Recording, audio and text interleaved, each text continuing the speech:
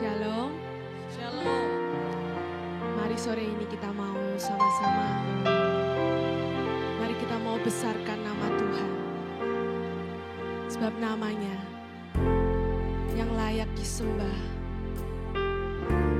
Sebab Dia Allah yang ajaib. Dia Allah yang berkuasa dalam hidup kita. Haleluya Yesus. Kami mau bawa pujian kami. Kami mau bawa hidup kami hanya untuk Engkau Tuhan.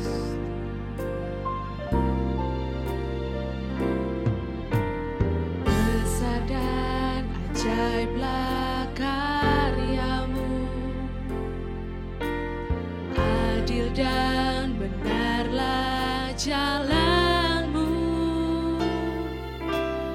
Raja segala bangsa yang maha kuasa, mulia nama-Mu. Besar dan ajaib, besar dan ajaiblah karya-Mu, adil dan benarlah jalan.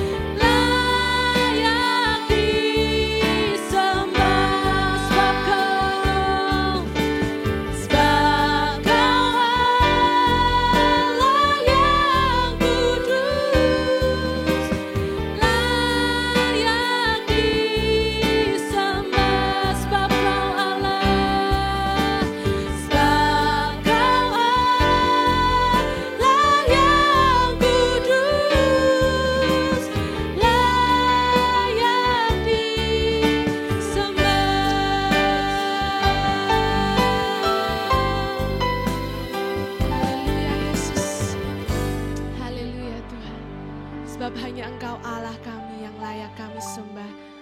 Dari sekarang sampai selama-lamanya ya Yesus. Terima kasih Tuhan atas kebesaran-Mu bagi kami. Atas anugerah-Mu bagi kami Tuhan. Kini kami mau bawa yang terbaik bagi Engkau Tuhan. Kini kami mau persembahkan hidup kami. Biarlah hidup kami, biarlah pujian kami menyenangkan hati-Mu dan menjadi dupa yang harum bagi Engkau ya Yesus. Terima kasih hanya di dalam nama Tuhan Yesus Kristus kami sudah berdoa dan mengucap syukur. Semua kita yang percaya sama-sama katakan amin. Shalom. Shalom.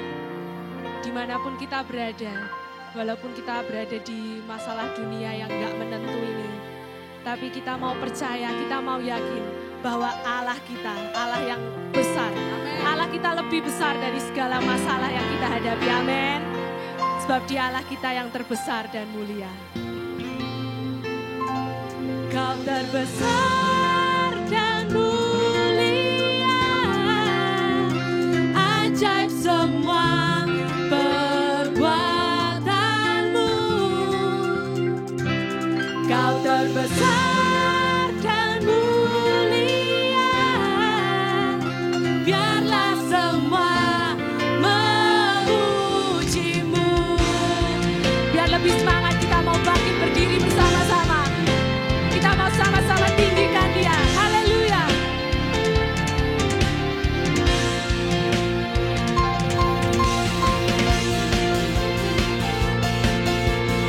Dengan segenap hati kami Tuhan, kami mau bawa pujian kami kepada-Mu Yesus.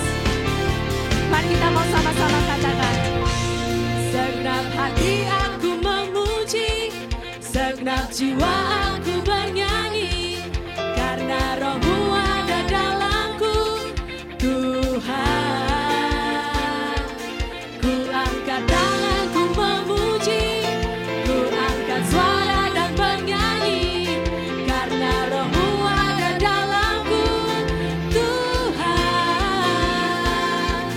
Mari menari memuji, ungkapkan sukacita di hati. Kau yang terbesar, Kau terbesar dan mulia, ajaib semua perbuatanmu.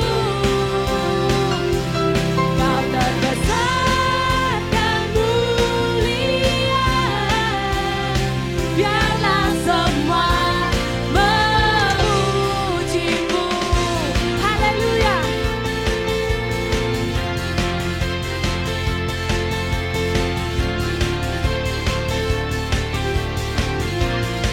Segenap hati kami, segenap hati aku memuji, segenap jiwa kami mau bernyanyi Tuhan. Karena Roh-Mu ada dalamku, Tuhan. Ku angkat tanganku memuji, ku angkat suara dan bernyanyi, karena Roh-Mu ada dalamku, Tuhan. Mari menari memuji, ungkapkan sukacita di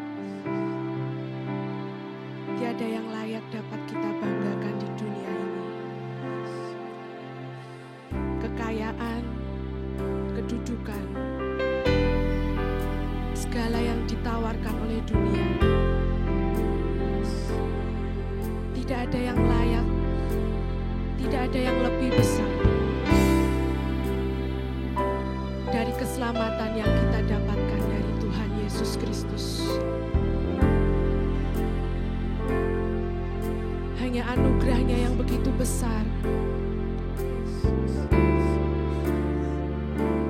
yang memberikan keselamatan, yang menebus kita. Mari sore ini kita mau lebih lagi katakan pada Tuhan, hanya Kau yang layak kami puji Tuhan, hanya Kau yang layak kami sembah Yesus. Terima kasih Tuhan.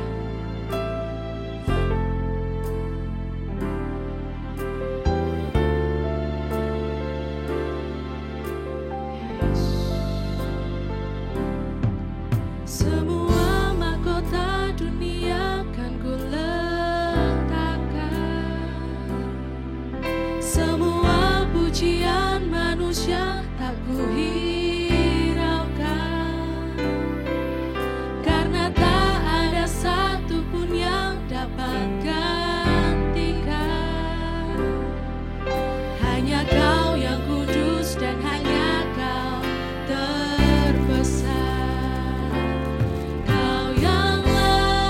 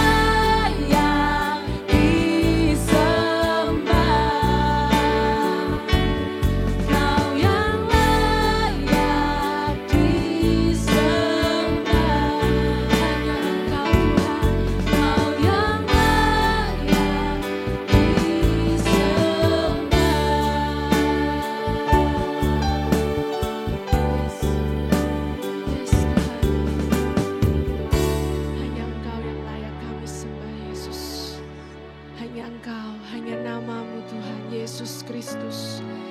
Yang layak kami tinggikan, yang layak kami muliakan Tuhan. Sebentar kami mau mendengarkan sebagian dari perkataan-Mu Tuhan. Berkati mulut lidah hamba-Mu Yesus. Biarlah apa yang hamba-Mu sampaikan, semuanya hanya berasal dari Engkau. Semuanya hanya berasal dari isi hati-Mu Yesus. Dan semuanya itu merema di dalam kehidupan kami anak-anak-Mu Tuhan. Biarlah hidup kami semakin hari, semakin layak, semakin berkenan.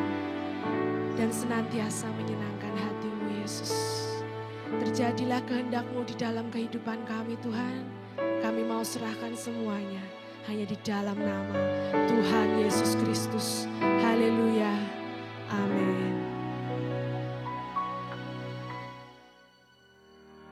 Pengumuman menginformasikan bagi seluruh jemaat GBT KAO Tirtoyoso mulai tanggal 28 Juni 2020, ibadah sudah diaktifkan kembali dan akan diadakan di gedung gereja dengan aturan dan protokol kesehatan dari pemerintahan sebagai berikut.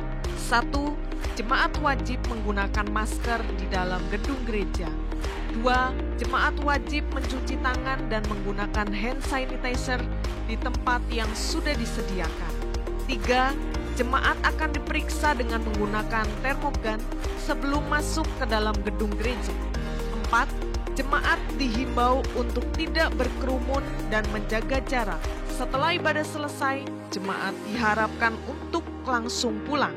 Pada tanggal 28 Juni 2020, ibadah akan dilaksanakan dalam 3 kali berdasarkan kategori kelompok umur dengan maksimal 40 orang setiap jam ibadah sebagai berikut.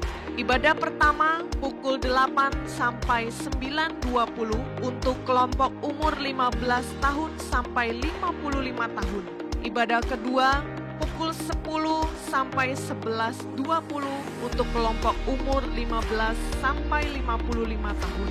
Dan ibadah ketiga pukul 16 sampai 17.20 untuk kelompok umur 55 tahun ke atas. Dengan catatan, bila ada jemaat yang kurang sehat atau sakit seperti pilek, demam, dan batuk-batuk, jemaat disarankan untuk tidak datang ke gereja dan tetap di rumah saja. Jemaat yang kurang sehat atau sakit akan dilayani oleh pelayan Tuhan dari Tirtoyoso ke rumah masing-masing. Informasi lebih lanjut silakan hubungi Rio. Sekian untuk pengumuman. Selamat beribadah. Tuhan Yesus memberkati. Shalom jemaat Tuhan yang dikasihi. Hari ini kita masuk ke minggu yang ketiga dalam bulan Juni. Kita akan terus belajar dari seri khotbah tentang Tuhan itu besar. Dan hari ini saya memberikan judul Tuhan itu besar karena pekerjaannya yang dahsyat. Mari kita membaca bersama-sama di dalam Mazmur 92 ayat yang ke-6. Mazmur 92 ayat yang ke-6, kita akan baca bersama-sama, 2, 3. Betapa besarnya pekerjaan-pekerjaan-Mu, ya Tuhan, dan sangat dalamnya rancangan-rancangan-Mu. Amin. Si pemazmur itu sangat mengerti bahwa ketika dia melihat ada ciptaan yang begitu luar biasa, yang diperhadapkan, yang dia lihat, yang menjadi kenyataan. Pemazmur berkata, Tuhan itu besar. Itulah yang membuat pemazmur ini sangat dicintai Tuhan. Kenapa? Karena dalam hidupnya, mulai dia dari menjaga kambing domba, sampai dia menjadi prajurit, sampai dia menjadi raja yang besar. Dia tidak pernah tidak, selalu dalam mulutnya. Dia berkata, Tuhan itu besar. Nah Bapak Ibu, apa kebesaran Tuhan kalau dilihat dari pekerjaannya? Yang pertama yang akan kita belajar adalah pekerjaannya yang dahsyat. Mazmur pasal 66 ayat 3 sampai yang kelima. Tolong dibacakan. Katakanlah kepada Allah, betapa dahsyatnya segala pekerjaanmu, oleh sebab kekuatanmu yang besar, musuhmu tunduk menjilat kepadamu. Seluruh bumi sujud menyembah kepadamu dan bermazmur bagimu, memazmurkan namamu. Pergilah dan lihatlah pekerjaan-pekerjaan Allah, ia dahsyat dalam perbuatannya terhadap manusia. Amin. Jadi pekerjaannya yang dahsyat ini dilihat oleh si pemazmur. Dia berkata, betapa dahsyatnya segala pekerjaanmu. Oleh sebab kekuatanmu yang besar, musuh-musuhmu tunduk menjilat kepadamu. Bagaimana ekspresi dari si pemazmur ini? Dia berkata, kalau melihat Tuhan yang besar, di dalam perbuatannya yang dahsyat, di dalam perbuatannya yang hebat, di dalam pekerjaannya yang luar biasa ini, dia memberikan saran bahwa seluruh bumi harus sujud menyembah dan bermazmur bagi dia. Apa itu? Untuk selalu bisa memuji, selalu bisa menyembah, bahwa tidak ada pekerjaan di bumi ini yang begitu hebat selain apa yang dilakukan oleh Tuhan. Apa yang dilakukan oleh Allah yang besar ini. Makanya di ayat yang kelima dia berkata, pergilah dan lihatlah pekerjaan-pekerjaan Allah. Ia dahsyat dalam perbuatannya terhadap manusia. Jadi kehebatan, kedahsyatan, perbuatan, pekerjaan Tuhan yang besar ini, itu di dalam rangka untuk membuat manusia ini sejahtera. Apa yang dahsyat dari perbuatan Tuhan ini? Dari pekerjaannya yang hebat ini. Yang pertama kita lihat Kejadian pasal 1 ayat 26 sampai 28. Kejadian pasal 1 ayat 26 sampai 28. Dibacakan. Maka Allah menciptakan manusia itu menurut gambarnya, menurut gambar Allah diciptakannya dia, laki-laki dan perempuan diciptakannya mereka. Allah memberkati mereka, lalu Allah berfirman kepada mereka, beranak cuculah dan bertambah banyak, penuhilah bumi dan taklukkanlah itu. Berkuasalah atas ikan-ikan di laut dan burung-burung di udara dan atas segala binatang yang merayap di bumi. Dan burung-burung di udara dan atas segala binatang yang merayap di bumi. Ini apa Bapak Ibu Saudara?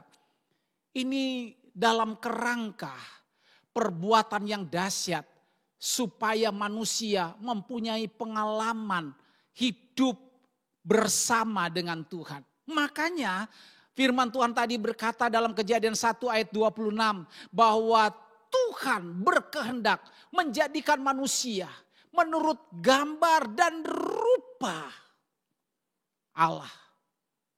Dan Tuhan berkata di dalam ayat 27, diciptakanlah manusia itu menurut gambarnya dan menurut gambar dari Allah.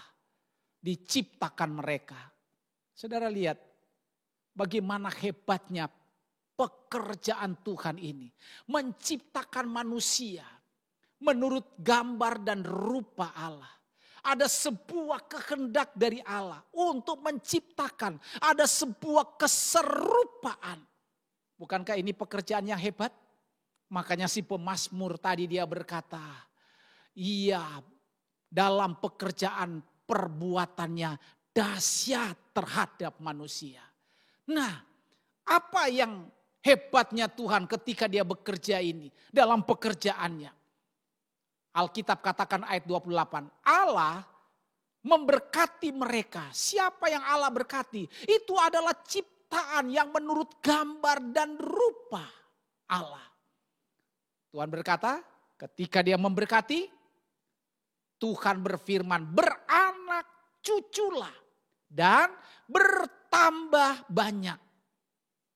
Jadi kesempurnaan dari Allah menciptakan manusia.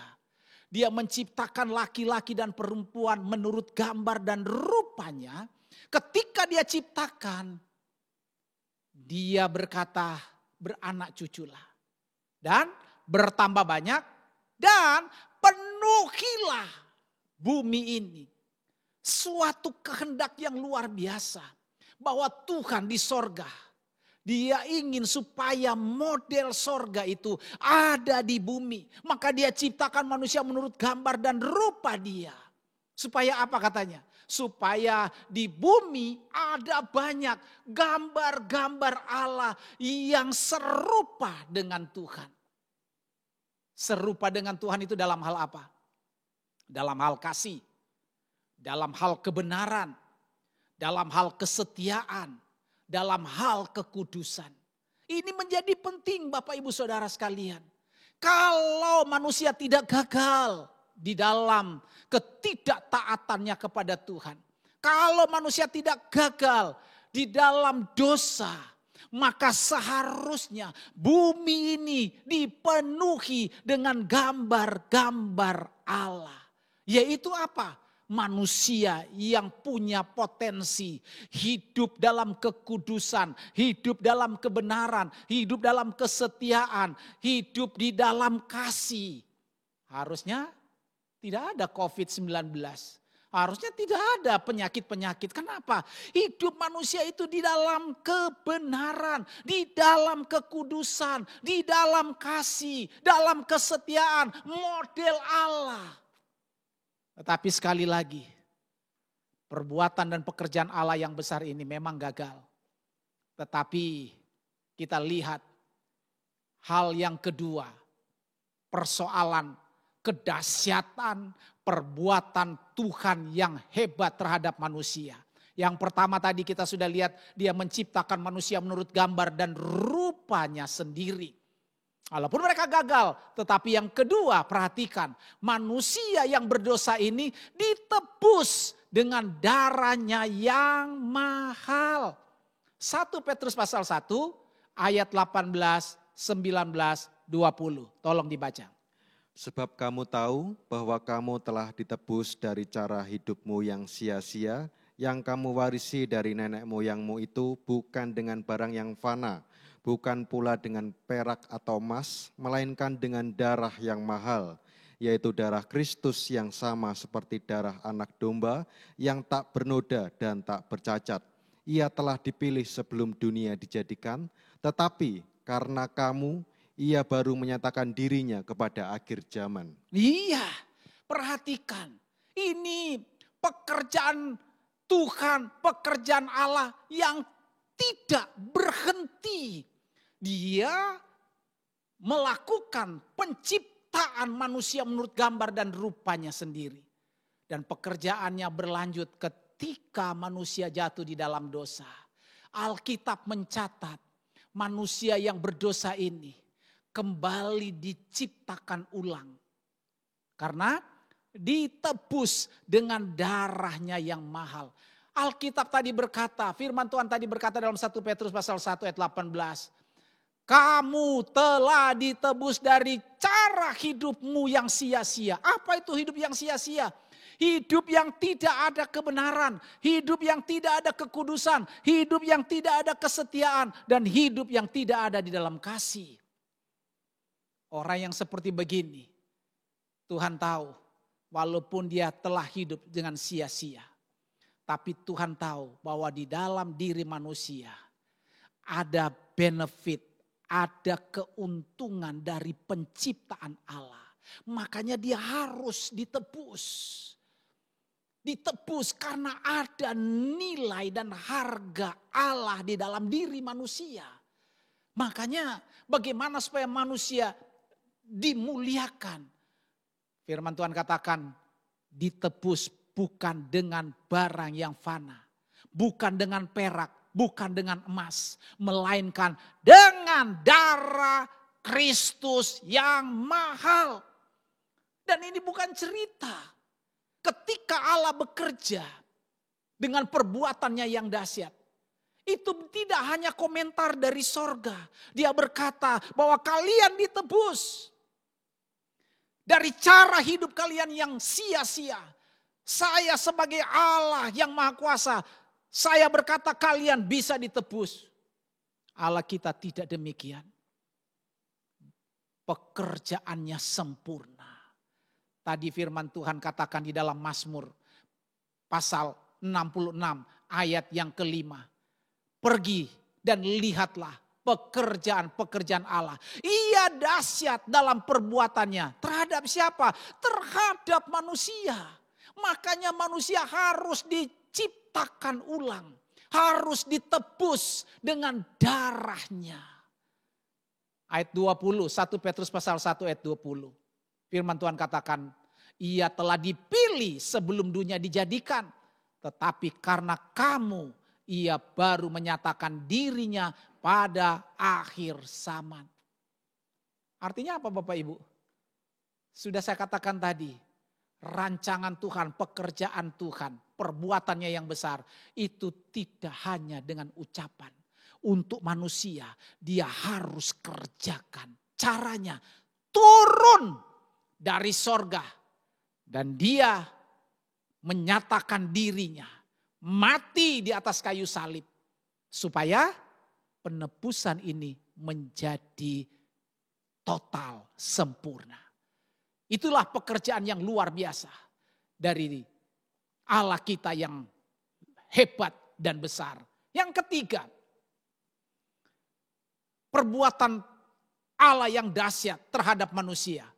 Dia mengubah kita menjadi serupa dengan gambarnya dalam kemuliaan. Jadi bukan hanya sekedar dia datang menebus terus dia biarkan. Udah manusia kalian sudah ditebus. Tetapi pekerjaannya belum selesai. Apa itu? Dia mengubah.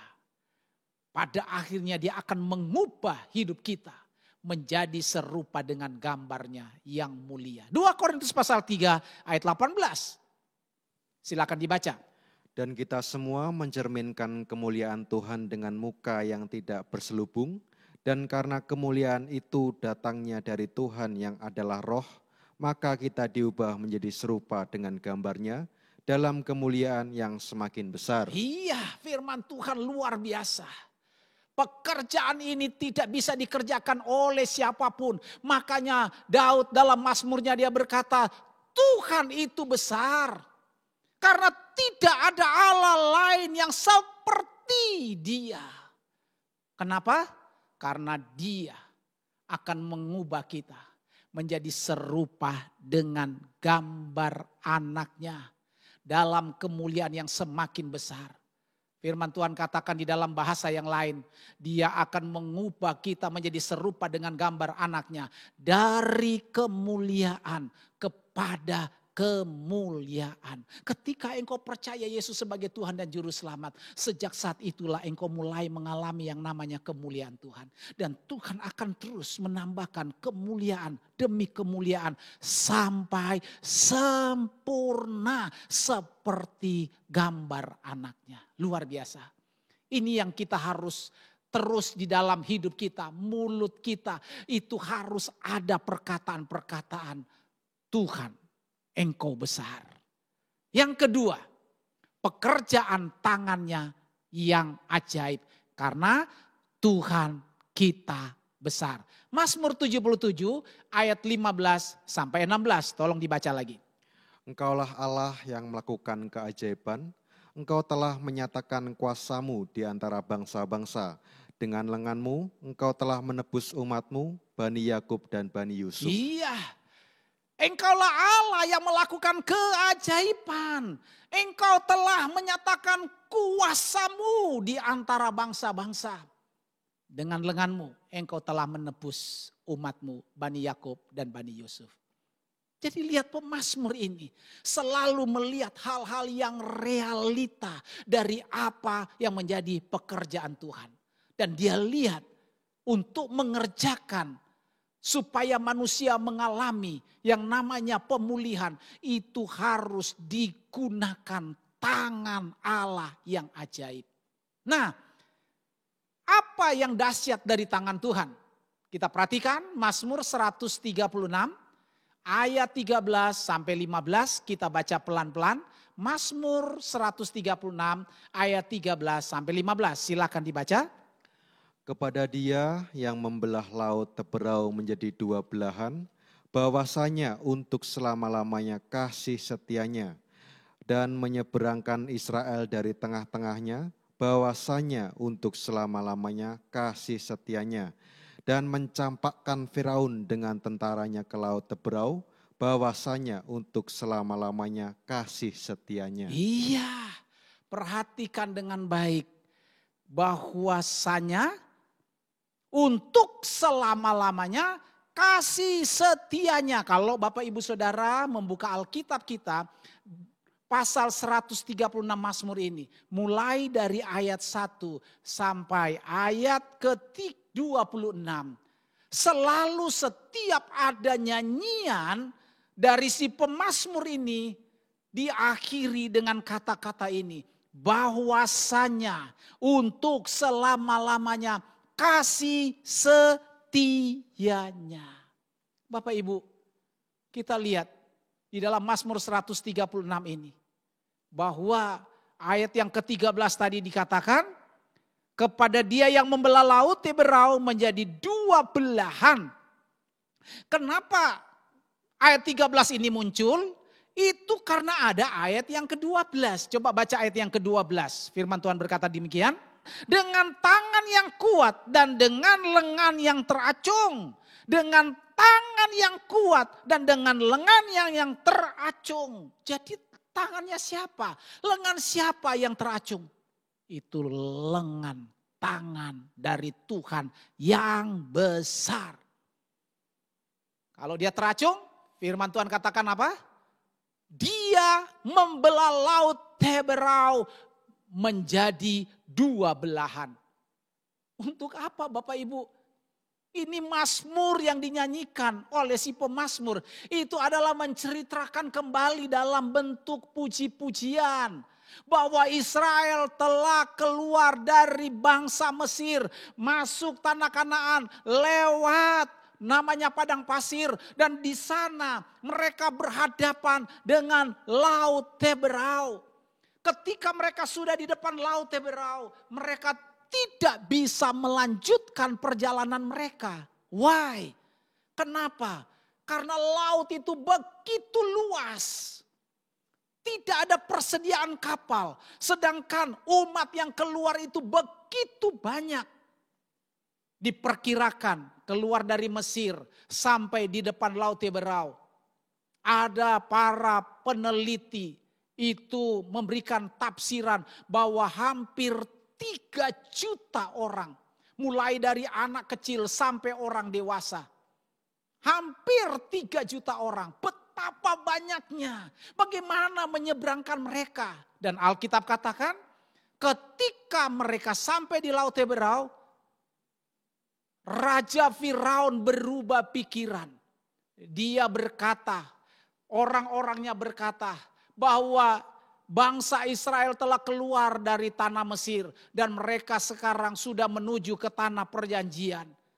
Dan Firaun berubah pikiran. Untuk apa? Mengejar bangsa ini. Bangsa ini dikejar. Dan ketika mereka hampir mendekati bangsa Israel. Orang-orang Israel berteriak kepada Tuhan. Mereka berteriak kepada Musa. Bahwa lihat musuh kita Firaun sudah sangat dekat.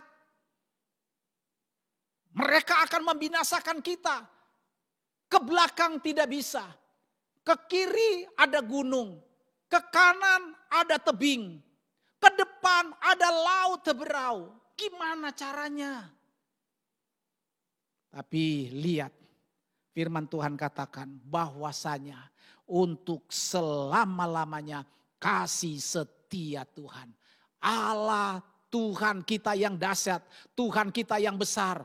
Dia yang punya pekerjaan yang dahsyat. Tangannya kalau sudah diacungkan tidak akan bisa ada orang yang bisa menurunkan. Dia membelah laut teberau menjadi dua belahan. Itu artinya apa? Itu bicara tentang masalah dari manusia yang tidak bisa lagi diselesaikan secara manusiawi. Jadi kalau begitu dibutuhkan yang namanya keajaiban. Dan hanya tangan Tuhan yang dapat bisa melakukan. Maka tangan Tuhan ini kalau dia sudah kedangkan, dia belah laut Teberau. Dan orang Israel melihat ketika laut Teberau terbelah, mereka dapat berjalan di tengah-tengah laut. Sesuatu yang sangat mustahil. Tetapi tangan Tuhan kita, tangan yang dahsyat. Sebab itu saudara-saudara, berharaplah kepada tangan Tuhan yang hebat ini. Dan yang kedua ayat 14. Dia katakan, dan ia menyeberangkan Israel dari tengah-tengahnya. Bahwasanya kasih setianya untuk selama-lamanya. Luar biasa. Bagaimana menyeberangkan? Harus pakai tangan. Membelah harus pakai tangan. Menyeberangkan harus pakai tangan. Saya dulu pernah hampir tenggelam waktu mandi di sungai. Karena memang tidak bisa berenang, masih kecil. Tetapi waktu saya sudah hampir tenggelam, sudah tidak berdaya, ada orang yang lebih besar, lebih dewasa, dia menarik saya untuk tarik ke pinggir. Diseberangkan, jangan sampai aku terbawa arus. Jangan sampai dibawa oleh air yang deras. Untuk apa? Diselamatkan. Orang Israel ketika mereka menghadapi laut Teberau, Tuhan menyeberangkan mereka dengan tangannya yang teracung. Tangannya yang kuat, tangannya yang dahsyat, tangannya yang penuh dengan kuasa. Untuk apa? Menghantar mereka dari seberang sini menuju seberang ke sana. Artinya, kalau kita aplikasikan dengan hidup kita, bahwa hanya tangan Tuhan yang bisa menghantar kita dari kematian kekal pada hidup yang kekal. Itu namanya keselamatan. Hanya Tuhan yang bisa selamatkan kita. Caranya, tadi sudah kita baca 1 Petrus pasal 1 ayat 18. Bahwa Tuhan, dia harus menyatakan diri.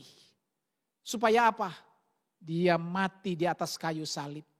Ketika kita percaya terhadap kematian Yesus, maka dosa kita diselesaikan. Dan kita dihantar untuk pergi ke seberang. Menuju pada kehidupan yang kekal. Itu tangan Tuhan. Apa dahsyatnya yang ketiga dari tangan Tuhan? Ayat yang ke-15. Firman Tuhan berkata, dan mencampakkan Firaun dengan tentaranya ke laut Teberau. Mencampakkan, itu harus dipegang. Tangan Tuhan yang dahsyat ini memegang, mencampakkan Firaun, mengambil dan melempar. Itu artinya mencampakkan. Mengambil, mengangkat, melemparkan. Itu namanya mencampakkan. Jadi Firaun dicampakkan dengan tangan kuatnya Tuhan untuk mati di laut Teberau. Aplikasinya apa? Ini menunjukkan apa? Ini menunjukkan bahwa Tuhan akan mencampakkan, Tuhan akan membinasakan keangkuhan dan kesombongan, ketidakpercayaan. Firaun adalah orang raja yang sudah melihat 10 kali mujizat Tuhan terjadi bagi bangsanya. Dan yang terakhir, karena dia sombong, angkuh, tidak mau percaya kepada Tuhan, maka Tuhan membunuh seluruh anak sulung negeri Mesir, dari manusia sampai binatang. Karena tidak mau percaya. Orang yang sombong adalah orang yang tidak mau percaya terhadap kebesaran Tuhan. Orang yang angkuh adalah orang yang tidak mau percaya pekerjaan dahsyat Tuhan. Dia sudah datang menawarkan kepada manusia dirinya. Barang siapa yang percaya kepadanya tidak akan binasa, melainkan beroleh hidup yang kekal. Tapi orang yang sombong, orang yang angkuh, itu pasti tidak akan mau percaya. Dan nanti mereka akan dicampakkan Tuhan ke dalam api neraka yang tidak akan bisa padam. Saya beritahu saudara supaya saudara mengerti bahwa Tuhan masih punya belas kasihan. Kita yang ada sekarang ini, jangan sombong, jangan angkuh. Firman Tuhan katakan bahwa Tuhan melawan orang sombong. Kalau dia lawan, dia campakkan. Kekristenan kita sebagai orang percaya harus selalu menerima akan perkataan Tuhan dengan kerendahan hati. Nah, perhatikan. Kita melihat yang terakhir adalah bukti kekuatan tangan Tuhan. Bukti kekuatan dari tangan Tuhan. Karena tangan Tuhan ini dipakai bekerja untuk mendatangkan keuntungan bagi manusia. 2 Samuel pasal 24 ayat 13 sampai 14. 2 Samuel pasal 24 ayat 13 sampai 14. Yang pertama, tangan kuat Tuhan itu untuk mengasihi dan mendidik kita. Silakan dibaca. Kemudian datanglah Gad kepada Daud, memberitahukan kepadanya dengan berkata kepadanya, akan datangkah menimpa engkau 3 tahun kelaparan di negerimu? Atau maukah engkau melarikan diri 3 bulan lamanya dari hadapan lawanmu, sedangkan mereka itu mengejar engkau? Atau akan adakah 3 hari penyakit sampar di negerimu? Maka sekarang pikirkanlah dan timbanglah, jawab apa yang harus kusampaikan kepada yang mengutus aku. Lalu berkatalah Daud kepada Gad, sangat susah hatiku, biarlah kiranya kita jatuh ke dalam tangan Tuhan, sebab besar kasih sayangnya, tetapi janganlah aku jatuh ke dalam tangan manusia. Iya. Walaupun ini yang Tuhan sayang kepada namanya Daud. Walaupun dia berbuat salah yang berat. Tetapi selalu Daud sangat memberikan hidupnya sepenuhnya kepercayaannya kepada Tuhan. Dia pernah berbuat salah hal-hal masa lalunya. Tetapi kali ini dia berbuat salah terhadap peraturan Tuhan. Bahwa orang Israel kalau mau dihitung itu harus memenuhi syarat. Kalau dihitung dari umur 20 ke atas yang bisa berperang itu harus ada syaratnya. Mereka harus membawa korban setiap orang yang dihitung. Nah, Daud dengan keangkuhannya dia ingin melihat bahwa dia sukses memimpin bangsa Israel. Dia kepingin tahu berapa banyak penduduk khususnya tentara yang siap dan sanggup berperang. Ketika dia menyuruh Yoab untuk menghitung. Yoab menghitung mulai dari Yerusalem dia keliling seluruh daerah Israel.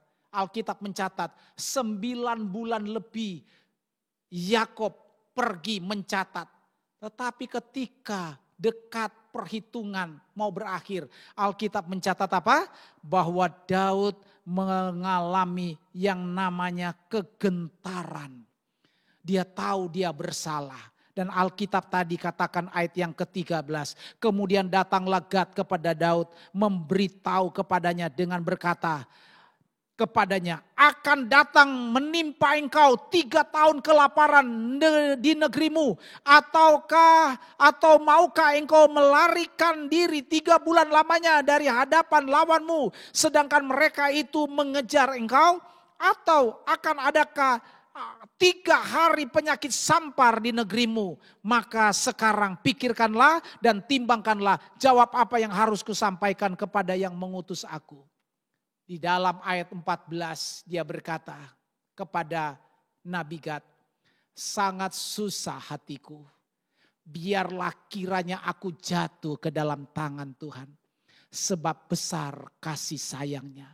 Tetapi janganlah aku jatuh dalam tangan manusia. Nah, itu yang menjadi Tuhan jatuh cinta kepada yang namanya Daud. Kenapa? Karena dia mau jatuh di tangan Tuhan. Kita sudah ada masalah yang berat, jangan cari manusia. Manusia bisa menolong tapi ada tuntutan balik. Harus ada imbal balik. Kalau Tuhan tidak. Kalau kita bersalah. Kalau kita mengaku dosa kita. Kalau kita ada masalah berat kayak apapun. Larilah kepada Tuhan. Biar kita jatuh ke dalam tangan Tuhan. Tapi jangan jatuh ke dalam tangan manusia. Itu salah satu prinsip daripada Daud. Maka Tuhan mengasihi dia.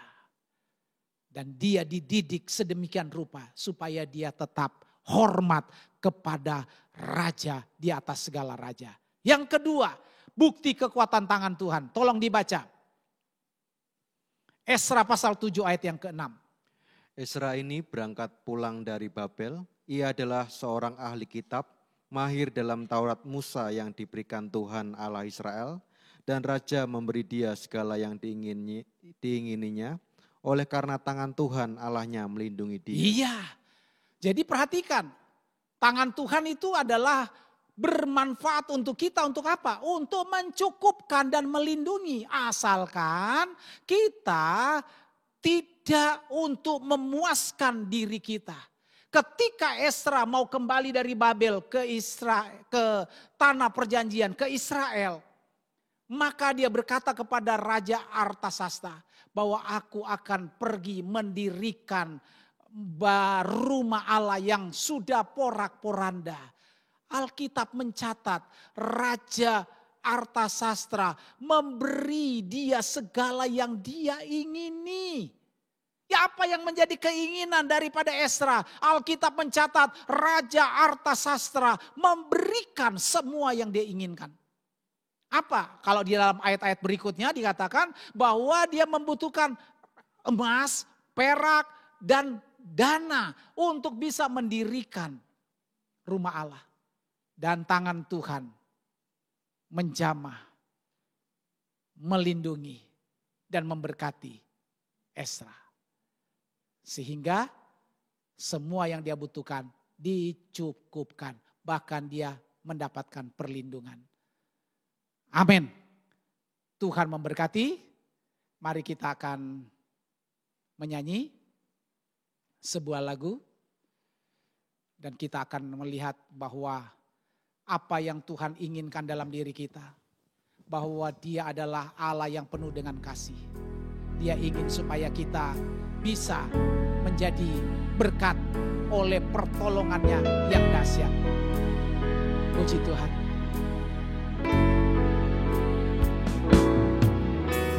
Yesus Tuhan, mulialah namanya. Yesus Allahku, besar kasih-Nya. Dahulu, sekarang, dan sampai selamanya. Kasih-Nya tak pernah berubah. Yesus Tuhan, Yesus Tuhan, mulialah namanya.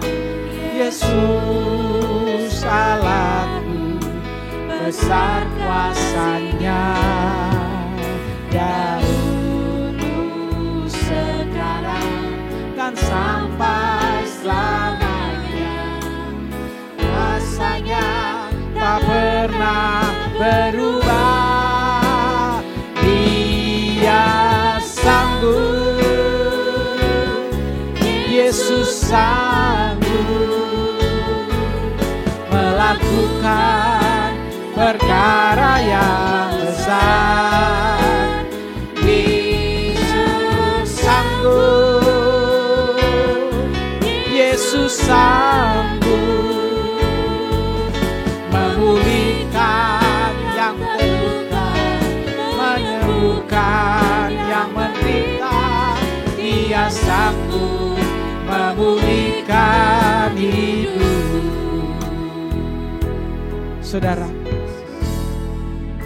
firman Tuhan sudah selesai. Tapi pegang satu perkataan Tuhan. Bahwa tangannya kalau sudah teracung, Dia pasti akan mengerjakan sesuatu bagi umatnya. Israel dalam keadaan yang terdesak ketika berada di depan Laut Teberau. Mereka tidak berdaya. Mereka tidak bisa lagi memiliki jalan keluar. Karena di depan ada laut yang besar, yang terhampar, yang mereka tidak bisa lewati. Di kanan mereka ada tebing yang tinggi. Di kiri mereka ada jurang yang dalam. Di belakang mereka ada Firaun dengan pasukannya yang sedang siap untuk menerkam mereka. Seringkali tidak ada jalan keluar. Tapi di detik-detik terakhir, ketika engkau berseru kepada Tuhan, maka tangan Tuhan tidak pernah kurang panjang untuk menolong kita. Tuhan berkata, dalam lagu ini berkata, dahulu, sekarang, bahkan sampai selama-lamanya, kasih Tuhan, kuasa Tuhan, perbuatan ajaib Tuhan tidak pernah berubah. Karena Dia sanggup melakukan perkara-perkara yang besar bagi hidupmu, bagi pribadimu, bagi keluargamu, bagi usaha pekerjaanmu. Apapun yang ada di dalam hidupmu, Tuhan sanggup melakukannya untuk engkau. Terima kasih Tuhan. Biarlah firman-Mu terus mengerjakan di dalam hidup kami, supaya kami terus memuliakan Engkau, meninggikan nama-Mu, nama yang ajaib, perbuatan-Mu yang dahsyat, pekerjaan-Mu yang luar biasa, tangan-Mu yang ajaib, yang siap menolong kami semua. Biarlah anak-anak-Mu Tuhan, dimanapun mereka berada, Engkau memberkati mereka. Kuatkanlah mereka. Mereka yang sakit Engkau sembuhkan. Mereka yang ada di dalam penderitaan apapun, biarlah Engkau pulihkan hidup mereka. Mereka yang ada di dalam masalah ekonomi, masalah keluarga, masalah apapun, Engkau siap untuk menjadikan mereka menjadi orang-orang yang lebih dari pemenang. Karena tangan-Mu tidak pernah kurang panjang untuk menolong kami. Engkau selalu tepat waktu untuk menolong kami. Karena Engkau adalah Tuhan yang dahsyat, yang luar biasa, yang kami percaya. Dan kalau kami masih ada sampai hari ini, itu karena perbuatan pekerjaan-Mu yang dahsyat. Terima kasih Roh Kudus. Biarlah saudara-saudara hamba-Mu, mereka boleh menerima kuasa dari Tuhan. Dimanapun mereka berada, di rumah mereka masing-masing, di tempat mereka masing-masing. Biarlah Tuhan menjangkau mereka, menyertai mereka, membimbing mereka, dan memberkati mereka. Terima kasih, terima kasih. Mari engkau tadahkan tangan, terimalah berkat Tuhan. Kasih karunia dari Allah Bapa mengalir deras dalam hidupmu. Cinta kasih dari Tuhan Yesus akan menjadi bagian dari hidup perjalanan imanmu. Penyertaan dari Roh Kudus akan selalu menjadi bagianmu untuk ditolong dan dihibur. Tuhan memberkati engkau dan melindungi engkau. Tuhan menyinari engkau dengan wajah-Nya dan memberi engkau kasih karunia. Tuhan menghadapkan wajah-Nya kepadamu dan memberi engkau damai sejahtera. Mulai hari ini sampai Maranatha, Tuhan Yesus datang pada kali yang kedua menjemput engkau. Haleluya. Amin. Tuhan memberkati. Shalom.